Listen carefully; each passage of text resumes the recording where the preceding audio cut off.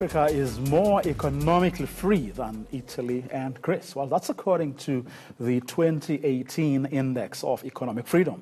The country is ranked 77 out of 180 nations globally and is fourth in the African region.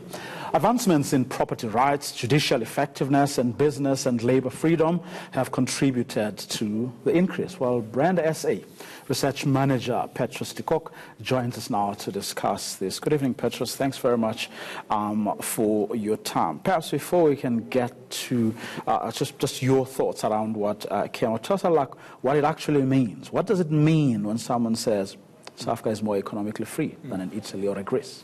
Look, I think the work that we do in Brand SA, we track the performance of South Africa on a multiplicity of fronts, on governance, economically, even in terms of our civil society activity, domestically and internationally. Now, what this means in this context is that when you look at environments that are either conducive or restrictive of individual activity, you and me, we can open a business, we can operate freely as citizens, then this index digs into quite a bit of detail, to ask the questions, in terms of government regulatory environment, in terms of the market dynamic itself, how free are we to actually compete within the market without particular restrictions. So I think the meaning of this is ultimately for us as South Africans, how much elbow room is there for us ultimately to do our business. Yeah. But, you could theoretically or hypothetically at least be free to do whatever it is that you want to do or undertake a business venture or anything or something like that. But when in reality you actually have very serious constraints. When you look at, I've heard of stories of so many young people who say they're entrepreneurs, they have brilliant ideas, but access to finance and being able to make sense of the system in order to use it to their advantage becomes a big stumbling block. So, does this research that has been done take that into account? In other words, how much of the potential of many people or would-be business people is thwarted, by things that perhaps we take for granted? Well, look, I think if you want to take the discussion in that direction, we must look at a whole host of interventions in South Africa by both the state and the private sector. State interventions, if you go to Pretoria, if you go to the Innovation Hub just outside the city there, has done tremendous work in enabling entrepreneurs to do their work of innovating. Go to the city centre here in Maboneng. There's a whole floor of a building in the Maboneng centre there, I forget the name of the building now, dedicated by the city of Joburg to Johannesburg entrepreneurs, free Wi-Fi, meeting room facilities, etc., etc. So it's not as if nothing is being done to enable that. We must ask the question, what's the number of people who try to enter a market in a particular sector, and to what extent can a state provide support to each and everybody? I think it's nearly impossible. Some of the you don't think that perhaps some of the most advanced environments on this planet will not be able to provide that kind of support. So I think as a developing society, we must have sometimes a bit more of a nuanced analysis of, yes, there are restrictions, but at the same time, we must also then ask and go and do the work and ask ourselves, what is on the table that does support people? But does 77 out of 180 make us a good performer? And does a big or as big an economy as ours, are we happy with being fourth on the continent? No, I think much can be done to improve in this regard. Maybe for some international context, and it's quite interesting actually. If you look at France, France ranks at 71. We're at 77. As you indicated in your intro, Italy and Greece rank behind us. On the African continent, the two countries that are really doing well in this regard is Rwanda and Botswana.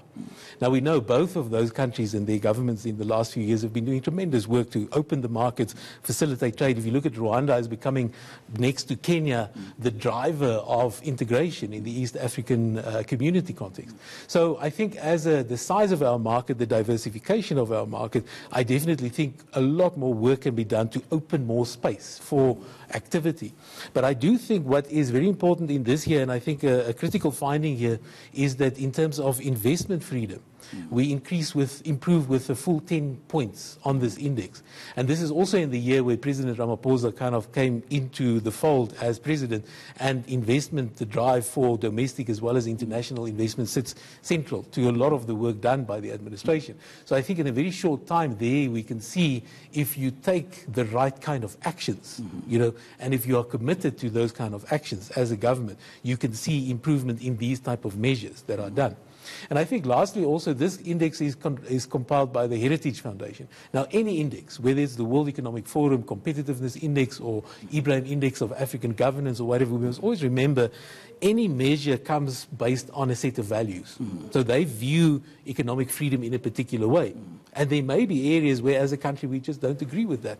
And you will never progress on that element of the index.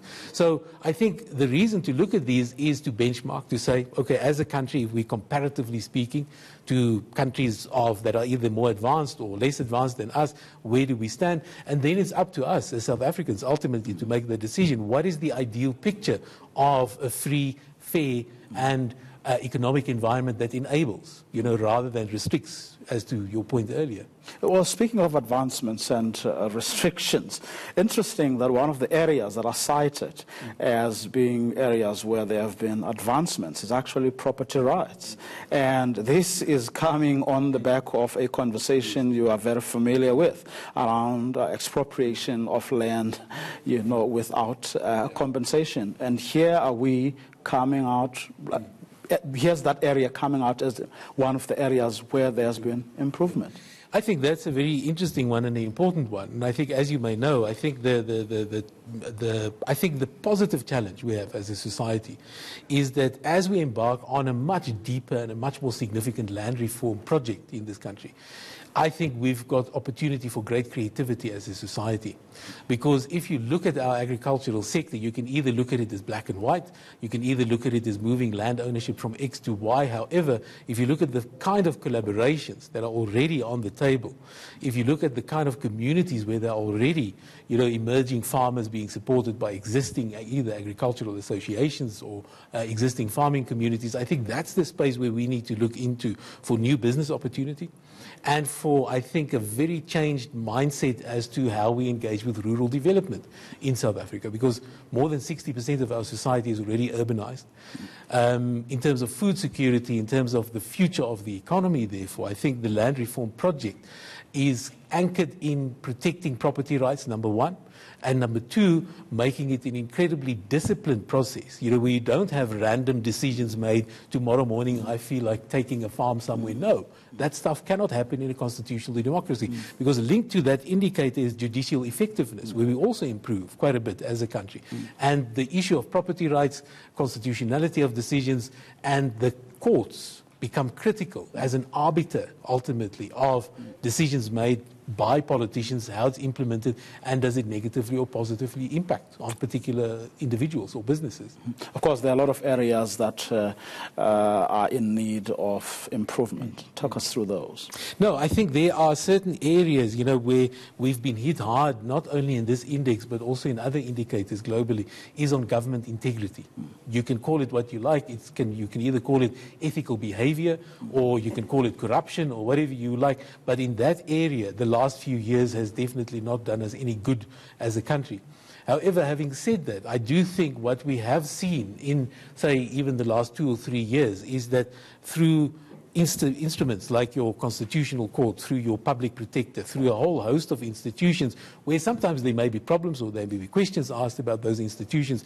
But when you look at that kind of context of the work of the state, we still have a lot of strength to leverage off to ensure that we have a system. And one thing we must also remember, it just jumps to mind, there's an index called the Open Budget Index, where South Africa ranks 3rd out of 102 countries. And the Open Budget Index, what it does is it looks at transparency of government planning, budgeting, and it looks at transparency at the end of reporting back to the public. We're a public entity. Every 3 months we're in Parliament. We account to our portfolio committee. They ask you, what was your budget? Did you reach your objectives as an organization, etc.? So as a country, we are far more transparent than some of the most so-called advanced countries on this planet.